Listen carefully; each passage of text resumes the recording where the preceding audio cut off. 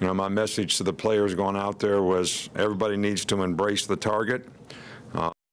Be the best player you can be the best version of yourself. The individuals on the team will make the team what it is, so that will make us be the best team we can be. I think as a team, you kind of play the games in the off season because that's where you develop the fundamentals of discipline and hard work and togetherness and leadership and a lot of things that contribute to how consistently you can play in the fall.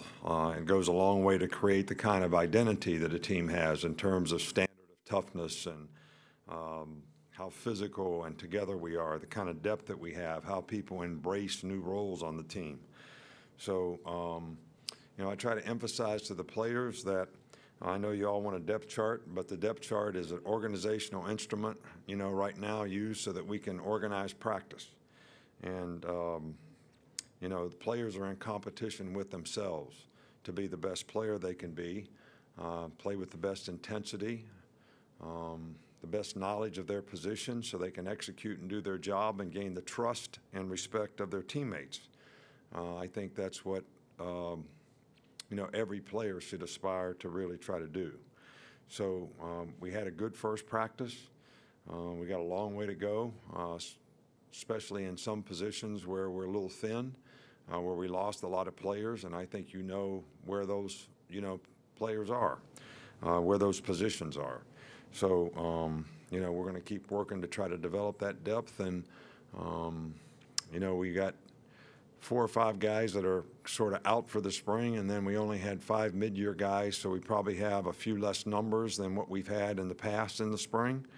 But that will give us plenty of opportunity to work with the players that we have, and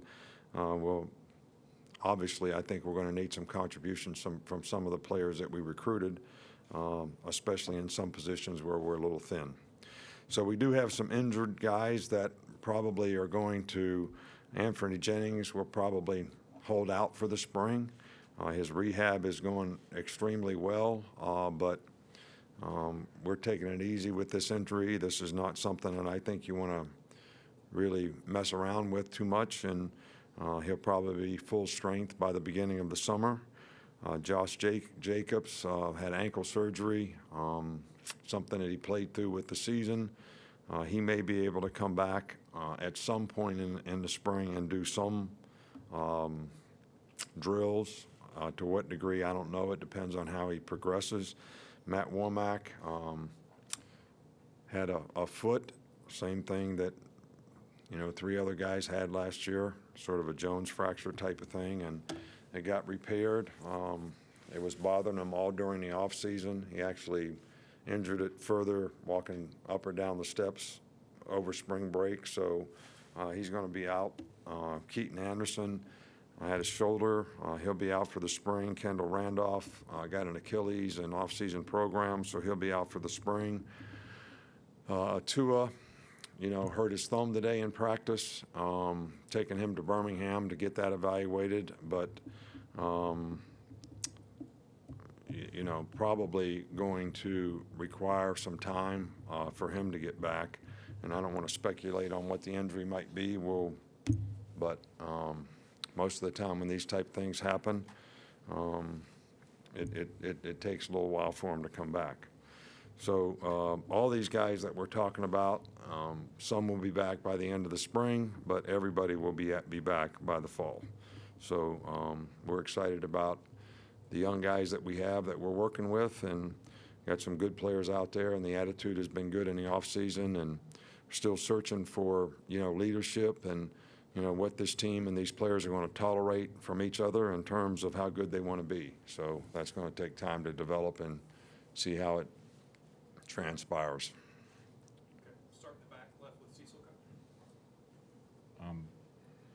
I have 2 questions. First, and now it would be speculative given Tua's situation, but I assume that means Jalen will sort of continue to take most of the first reps. Well, Tua obviously, I think in a few days Tua will probably be able to do some things, but when you hurt your thumb on your throwing hand, it's kind of hard to grip the ball, so I think that's going to be the issue, is whether he's able to throw it. He and Jalen were splitting reps, and we're giving both guys an opportunity and see how they compete and see how they do. So we don't have any decisions. We're not speculating on any decisions, but we're just going to be fair and honest in terms of how we give both players a chance to compete. And the second one, just to follow up, Keith Holcomb wasn't out there today, and is he going to be out there this spring, or is he going to play? Well, Keith wanted to sort of give baseball his best shot. I mean, Keith would be a fifth-year senior. He's been through 4 spring practices here already. I made him a promise when we recruited him that he could play baseball. He's always tried to do both. We met after the season, and, I said, look, you've been through plenty of spring practices. Why don't you just play baseball, do the best you can in baseball? All right, when baseball season's over, you and I will sit down and decide whether you want to come back for your 5th year or not. And that's what he's doing. So he's just totally focusing on baseball, which I'm good with, and would love to have him come back in the fall. But I hope he chooses to do that. Come back over to the right with John Cena. How have Tua and Jalen's kind of mindsets been? Because either one of them they both could probably take the attitude it's their job to lose. So how have they embracing the competition? Both those guys have been great. I mean, I know that every time I stand up here, you're all going to try to make something out of it that it isn't. It's 2 good players that both can contribute to our team, and we're going to both give them an opportunity to do that. And they've been great with each other. They've been great for each other. They've both shown leadership, for our team. So they're both important to our team. So I don't really have anything to say. I know you all want me to make something up that really isn't there so you can make a big deal out of this, but it's a competition just like there is at every other position. Come back in the middle with Michael. Skip you. Come back over here to Mark. I know you guys do a lot of experiments in the springtime, but we saw Devontae Smith with the cornerbacks. What about him even makes him worth giving a look there? Well, he could play corner, but that's not our plan for him. We don't have enough guys in the secondary right now. We recruited some good players. I'm hopeful that they'll come on in the fall. They're not here in the spring. Savion's the only guy that's here. So, we've done a lot of this kind of stuff. Christian Jones, we taught him how to play defensive back. So what we do is an individual, which is when you're there. So I should probably change this and let him go with the receivers while you're there, and then I'll work with them when you're not there. Then I wouldn't have to answer these kind of questions. All right, but just to be totally transparent, like I always am about everything that we do, he works individual with the corners. All right, then he plays receiver the rest of the practice. Now, I'm sure your next question is how many reps is he getting and who's he splitting time with and who's he competing with and what team's he on and where's he at on the depth chart, none of which we have an answer for. So I'll just take the questions right out of your mouth. We'll go in the back middle with Ryder. Obviously, you changed over your coaching staff significantly. What was the overall? I didn't have a choice. I know. I mean, you make it sound like I did it on purpose.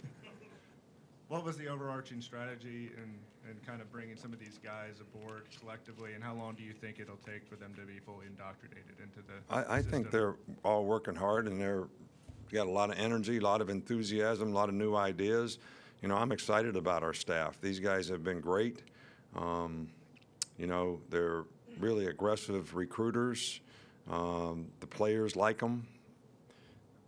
I'm really excited about them. I really am. Now, there's a lot of changes on our staff. I can't deny that. We got a new defensive coordinator. We got a new offensive coordinator. We got a new special teams coordinator. We've got 6 new faces, around here. But they all seem to fit in, and they're all doing extremely well. And I'm excited about them, and I like every one of them. And to be honest with you, I think we're very, very fortunate and hit a home run with the guys that we were able to hire. Come back over here with Charlie on the right. Kind of sticking with that coaching theme, how weird was it not to look over and see Burton Burns coaching the running backs, and how confident are you in Joe Panunzio that he can step in and make that transition from tight ends to running backs? Joe's done it before. Burton's still around here. He's watching the film every day. I think if we got too far off base in any way, shape, or form, that he certainly would speak up in the staff meeting and all that type of thing. But Burton's going to make a tremendous contribution to our organization in a lot of other areas. I mean, I think we administratively need some oversight in some areas that we can improve on, whether it's player development areas. I know we've got a great record of academic support, but I think everything that affects a player and every person who affects a player is something that I want Burton to have constant interaction with, whether it's medical staff, nutritionists, academic folks, recruiting, just in every way, shape, and form to bridge the gap a little bit between administratively, organizationally, so that we're all staying on the same page. And I think, he wanted to do this. This is not something that I made him do. It's worked out really well so far. It's been very, very helpful to me. Up front here with Dwayne. Coach, got two quick things. One, offensive line, you got Pirschbacher at center. How do you like that look? And then two, Wills being at that tackle spot, obviously. Womack's out, but what kind of experience do you think Wills can get out of this that's going to help him later on? Well, we think Will and Alex both are very good players. I mean, Alex played great in a national championship game when he had to go in there for Jonah. This probably won't be the first experiment that we have in the offensive line in terms of who plays where. We feel that Alex and Jonah, both can play left tackle, but I think Alex could play someplace else. I think Jonah could play someplace else. I think, Jedrick Wills might be able to play someplace else. So the goal is always to get the best 5 players on the field. We may experiment with somebody else playing center at some point in time, as well. So I really like both of those young players, and I think that, you hate it when a player's not out there competing and playing like Matt won't be able to do this spring, and you hate to see guys get injured, but he'll be back in the fall, and I think this will just give these young guys more reps and a better chance to sort of make progress themselves and acquire more knowledge and experience. It's only going to help them get better. Last two, Joe and Alex. Nick, you have such a highly competitive team. Guys are always thinking about maybe transferring when they're young. What's your message to them to try to get them to stay when they are considering that? Do you have some proof of this, or is this just a speculation on your part, or a generalization, or something you read on the internet? Or, I mean, nobody's came and talked to me about transferring yet. So, I mean, you've had young quarterbacks transfer in the past. What's your message to them? Well, I think that the thing that I try to get guys to do is not have an unrealistic reality about their circumstance and their career as a football player, what they want to try to accomplish, as a student and developing a career off the field, what kind of person that they want to be. And I think with all the information out there, sometimes that's a little bit easy to get a little unrealistic about, because basically, every athlete, every guy, when you're a senior in high school, you have goals and aspirations and things that you want to accomplish. But when it comes to developing your career, you're rolling the dice as how that works out. All right, how you were able to compete, how you're able to sustain, what kind of player you're going to be. And it makes it even more difficult because, all the people out there that are the so-called experts on Scout.com and all the people who give them 5 stars, they create an expectation for these guys which is unrealistic. So it's an unrealistic reality, that world that we live in with a lot of young players, and I feel badly for them, because what I like for them to do is just focus on what they need to do to be good players and not worry about trying to meet all the expectations and standards that people have created for them. And I think in some cases that contributes to guys making not great decisions about what they do in terms of their future, whether it's transferring when maybe they shouldn't, or like we had a couple guys transfer, they'd be starting here now. I mean, they hadn't started any place else yet. So what good did it do? But we love for everybody to be in the program. We love for everybody to finish the program.